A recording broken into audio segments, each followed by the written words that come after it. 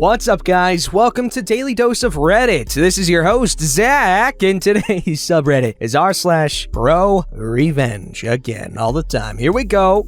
This story's called, "You Fire Me for Talking About Unionizing? I'll Spill All Your Dirty Secrets." This is a bit of a long one. Please bear with me to the end. I used to work for a plasma collection center back from 2008 to 2010. Even though I was a certified phlebotomist, I was placed up in reception and I slowly worked my way up to senior receptionist and trainer. I was also training for quality control and was known for keeping detailed notes of issues that we were in need of fixing or training, which I would forward on to management. Some of the things I'd keep track of were violations of FDA and GHA, which means German Health Authority since we were run by a German-Swiss company, as well as OSHA issues. Because I wasn't seeing anything being done, I eventually stopped reporting the issues to avoid being labeled a troublemaker and just kept time and date info, and if I could, I got pictures with date stamps just to cover my own ass in case something bad went down. Fast forward to June of 2010, and I was talking with one of my coworkers about the proposed cuts to benefits and the high turnover rates at our center. They were complaining to me about being afraid to call in sick because others had been fired for it, and I mentioned that they were putting donors in danger by us being sick since we weren't allowed to wear face masks unless we were in the back in the donor area, and even then it was the clear face shields to prevent us getting hit if someone leaked on us. Without thinking about it, I talked about how unions protected against this sort of thing in other medical fields, and how that might be something we should consider to help protect us. The coworker got weirdly quiet, but I figured it was because I was talking about a subject most people don't like talking about. Nothing really happened until about August,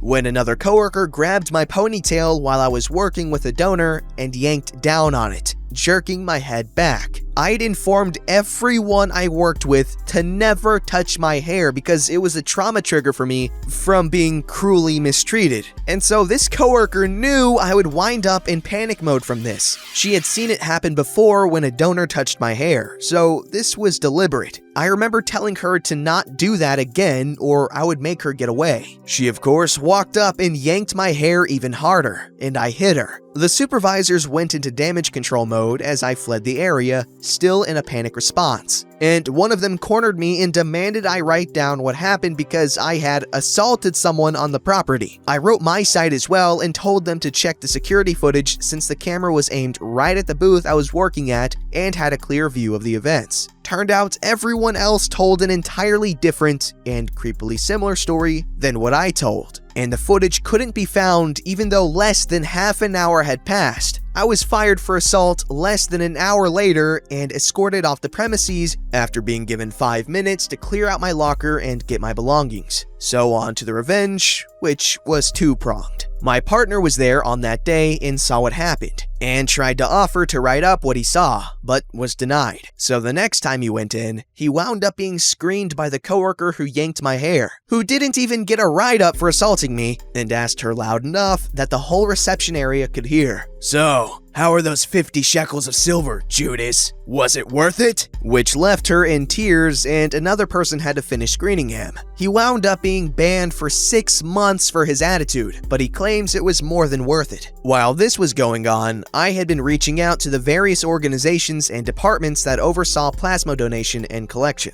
The FDA, OSHA, CDC, GHA, and the like. I informed them of the fact that we always cleaned prior to an inspection, but we didn't keep things that clean day to day, and suggested a surprise inspection should be in order. I also handed over copies of everything I'd collected and tried to report, but always got shut down. I learned a few months later that all of the management and several of the other techs and supervisors were all suddenly reassigned, and the FDA, GHA, and OSHA had all slammed fines on the center for violations dating back almost the entire time I worked there. Alright, and they include a bunch of extra information. This is a US located center. The company was started in Switzerland and is reviewed by the German Health Authority, and was then bought out by an Australian company but runs centers in the US. The company is also very anti-union. A receptionist at a plasma center is way different than a receptionist at a typical office. We're responsible for donor intake, donor screenings, including minor blood collection, checking levels such as hematocrits and protein, and verifying donor eligibility, on top of things such as keeping donor files up to date and cleaned up if they're too big, making a new file, quality control, and assisting in areas where needed, such as the donor floor or processing. And that's on top of filing and answering phones when able. I was upfront with my bosses and coworkers about my PTSD and triggers due to past experience with trying to hide them and it turning out badly outside of work. Yes, my partner's comment was more petty than anything else. And for those wondering the meaning behind it, he was saying she sold out someone she claimed was a friend for a reward of some sort. I'm sorry, I can't take it seriously because the boyfriend called that woman Judas, and all I can think about is Jonah Hill from Superbad calling Michael Cera frickin' Judas. I love that movie. Seth Rogen is an amazing writer. But regarding this story, wow, that's actually insane and very concerning. I'm glad you did a partial whistleblow, but you really need to seek some sort of compensation from being, whatever happened, assaulted, yeah. This story's called, They Want My Money? Oops! This isn't my story, but is the story of a departed uncle. Rest in peace, Haj. Backstory. In World War II, my uncle Haj was an engineer with the Royal Air Force. He rapidly climbed the ranks and ended up being the head engineer at a local base. After the war, he met his wife of 45 years, Eve. It was the typical post-war relationship, without children though due to complications. He quickly found a job at our village coal mine, known locally as The Pit. He went from engineer to foreman very quickly. The man had a knack for leadership, that's for sure. He and Eve, some of his Royal Air Force buddies, and his sister, my grandmother, often went to Spain for holidays, at least once a year before they all retired. After that, whenever they felt like it. The family. The unfortunate truth is that family isn't always nice. My grandmother was his only surviving direct family. Eve, on the other hand, had a large family. Very large. The trouble with large families is that often there's a few bad eggs. In this case, it was quicker to count the good ones. As Haj would put it, the trouble with eggs is you can only tell the good ones by spinning them quick or dunking them in water. I don't fancy going to prison.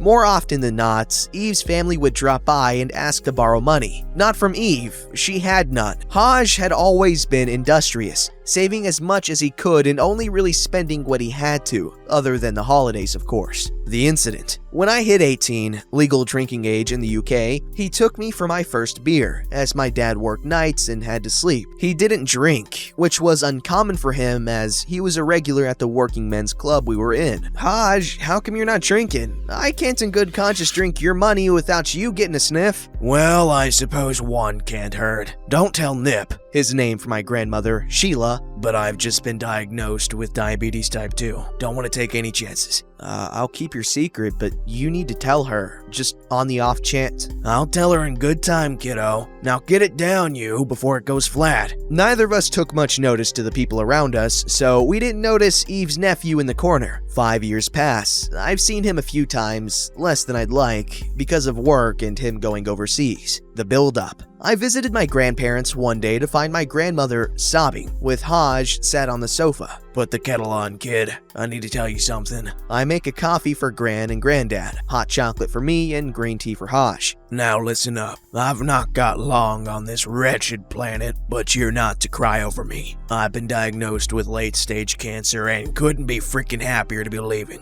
Sorry, Nip. I know you don't want to hear this, but it has to be said. You and yours will be looked after, of course, but you're not to tell Eve and her family. To everyone, I've made up a new will. I want everyone to go to the reading. I prepared a little gift for the family. Shortly after this chat, we found out he passed away. We kept it from my grandmother that he'd taken his own life. It'd destroy her. Let it be said that Haj was always a man independent of others. He made his choice so Gran wouldn't suffer seeing him deteriorate over time. The revenge. We went to the reading as a family, like he asked. It's the only thing he ever asked of us. We'd seen people we'd never met, never even heard of, so, of course, there were some sullen scowls across the table. Now that we're all here, please watch this video. Haj has a message for you all. Haj from beyond says, "Now then, I imagine this will be a shock to most of you, but I had cancer. If you're watching this, I want you to know that some of you made my last few years pleasant. Others, well, we'll get to you." To my side of the family, he says, "Not one of you came to me asking if I was alright or wanted anything done. Instead, you asked if I wanted a hand with anything. For this, I thank you. I've never had anyone do anything for me unless they were my underlings in the Royal Air Force, and I didn't want to aim to start when I found out I was on my way out. You knew me better than most of my close family. I'll tell you if something's wrong. Good on you. Now then, let's get to the good bit." To Eve's family, "You lot, where do I begin? When I took our Nip's grandson out for his first pint, apparently the walls had ears and one of you overheard me tell him I had diabetes. Shame you had to say, 'It's a shame it wasn't cancer.' Guess what? You got your wish, eh?